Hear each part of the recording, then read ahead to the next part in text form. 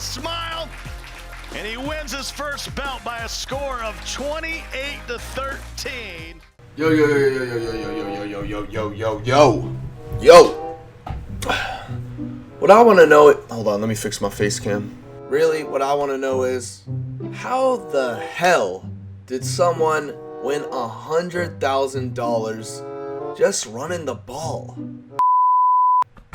YouTube, what is going on, guys? JTibbs back with another video. I apologize for not posting as much as I usually do. I've been really caught up with some work. But today I'm going to be breaking down Volterax's unstoppable running scheme. You guys are going to love this video. I'm going to be breaking down the 3 touchdowns he scored on, obviously his opening drive, his second drive where he broke off a nice run, and then obviously the infamous, probably going to go down as one of the best Madden plays of all time, his run before halftime. As always, guys, make sure to leave a like and subscribe. If you're new, subscribe would mean a lot. Turn my post notifications on so you're alerted whenever I post a video. Also, I have an ebook that will be dropping pretty soon. It's going to be the West Coast offense. It's going to be including some pretty cool offensive formations. Obviously, bunch, it's going to be in there. Everyone's favorite offense to pass out of, which not many people do this year, but I like it a little bit. And also some hidden stuff you may not expect people to use out of the West Coast playbook. But without any further ado, let's get right into the video. Volterax used the Oakland Raiders offensive playbook. Now, the 3 runs I'm going to be breaking down, there are 2 out of I form tight and then 1 out of the weak ISO half or weak close flex, whatever the hell it's called. Now, first off, we're going to be breaking down the half back H tight, obviously I form H tight half back stretch. Now, I'm going to put up a little clip right here. You guys are going to kind of see how he scored on there, and let's get into it. So 2nd and 10 now at the 41-yard line. And that's where he'll go and makes the first man miss. Oh! And he might be out. Jerome Baker won't catch him. And Troy Polamalu's way behind as well, and Volterax. Now, obviously, on this H form or whatever, H tight, whatever halfback stretch, you're gonna want to go ahead and go to where the numbers aren't. So obviously on stretches, what I like to do is I like to go ahead and double team away from wherever we're going, and that's what Volt was doing ultimately. Or you could double team to that side, it doesn't matter, but I like to go ahead and double team to the opposite side. Now the stretches, obviously you're gonna have numbers to the outside if you don't get a quick shed like that, but this stretch is really good because a lot of the times what a lot of good opponents will do is they'll come out and man and press.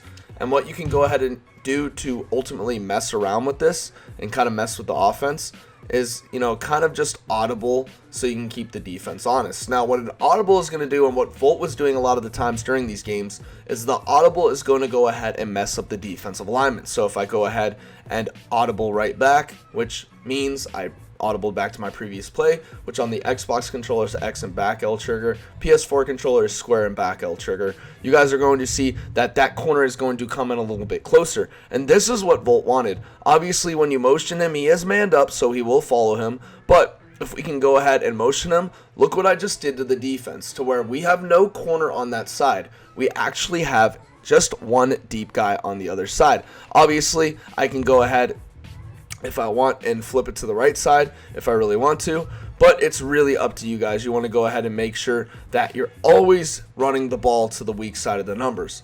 Now obviously when I go ahead and motion him over, it's going to go ahead and bring him over right there, boom. So we have numbers to the right side, and that's what Volt was doing. He was just running a numbers game, and it's going to allow me to get to that secondary level that allows me to get to the end zone pretty effectively and easily. This whole offense, and I know it's kind of boring, but again, it's really smart if you think about it, is predetermined and processed, however you say that word, and it's just mainly mattering on how your opponent plays. So if I go ahead, if my opponent does that, I'm going to go ahead and, I see them press. So obviously I can tell he's in a zone right there. So what I'm going to go ahead and do is I'm actually going to go ahead and run to the left side since I have a little bit more of a numbers game. Obviously practice mode is being stupid and not letting me flip my run. So I'm going to go ahead and try and read the blocks as good as I can. And I pick up 3 to 4 yards. But you can usually tell if they're in a zone by motioning someone out. Obviously they're in a zone here. They're usually going to press on this. They're going to pinch their D-line and they're going to blitz everyone. Now what this blitzing everyone does, it allows me to clog up more gaps. Now when you see that your opponent is going to go ahead and actually have a numbers game to the left side, I have better numbers to the right, because you see that corner kind of sticks in right there, and that's what you want. You want that corner to get in as close as he can, and you want him to be not effective in the run game. If they get up to the line of scrimmage, it's going to be a very tough time for that cornerback to go ahead and make a play on the ball carrier. Players down to just 2. Hands it off to Chris Johnson. Oh! Move his way through, untouched. And the man from East Carolina, Chris Johnson, they won't catch him. And that's what I'm talking about. He's so slow and methodical. I know it looks crazy. He's just running the ball with Chris Johnson, but he's always going to be able to find that hole, and that's exactly what happened right there. Obviously, you just saw that run play. Very good run stick by Volt. Bad defensive run stick by Trini. Obviously, that type of stuff doesn't happen often. You know, you're not going to mess up, because usually when you run a run up the middle, you assume you have defenders clogging those open holes. And what Trini failed to realize is he had blockers ahead. The blockers were engaged with those people. So ultimately, it was kind of like a low-key one-on-one. Even though it didn't look like that, Drini had to make that open field tackle, which he failed to do. Now, the second run, as you just saw, is out of H tight, out of I form, and is the halfback ISO. Obviously, this is another really good run, because what a lot of people like to do is they like to pinch their D-line and spread their linebackers and blitz. And obviously, they like to use this guy and try and shoot the gap.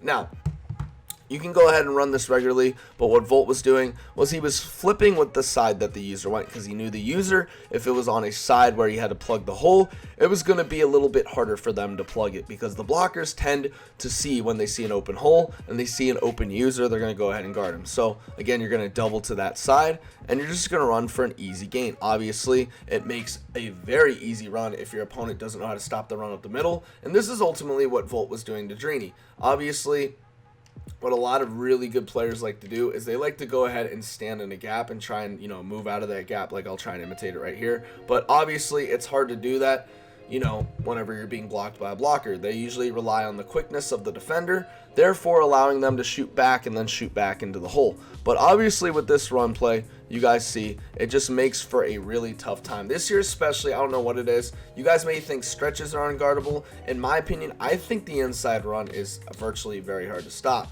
And the reason being is because the defenders kind of act cluelessly. Now, Volt would also hand it off to his opposite side, and therefore resulting in a slower handoff. But again, I can hit holes a little bit cleaner whenever I'm going away from the actual side of the quarterback's handness. So again, I'm going to go ahead and set this up as best as I can. And if you bring everyone in the box, then you're just asking to get stretched on, which Drini showed early and Volt capitalized.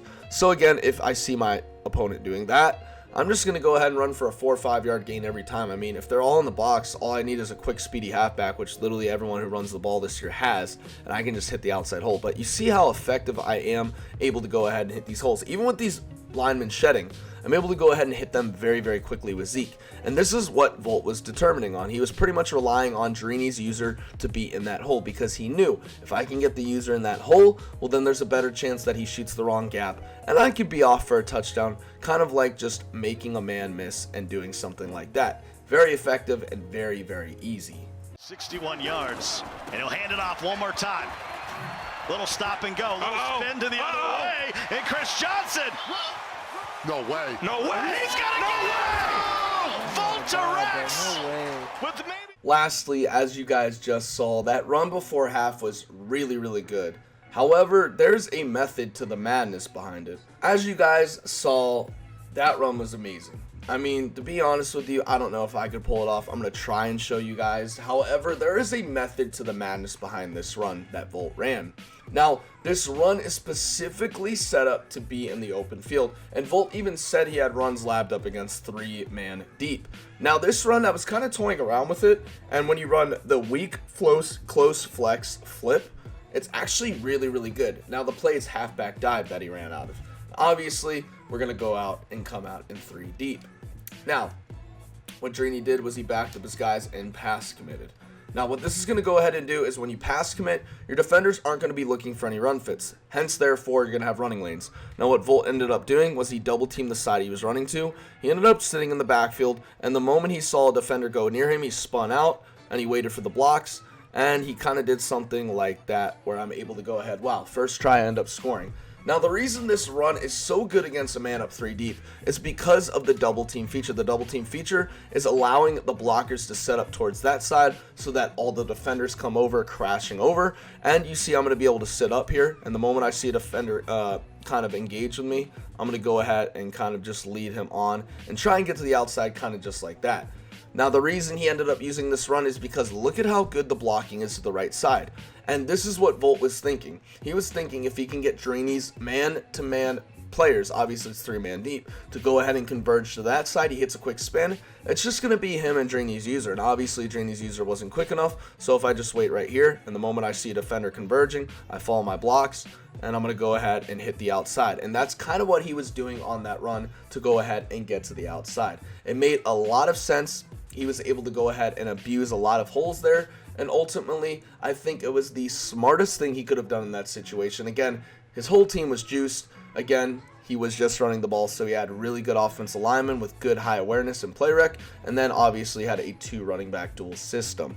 This is really all that he had to do to win the 100 grand. He had to execute his game plan, which he did for literally the whole tournament. He had to go ahead and make sure he used every down. That's why you see him using some timeouts early on in games. So he didn't waste a down because those downs are precious.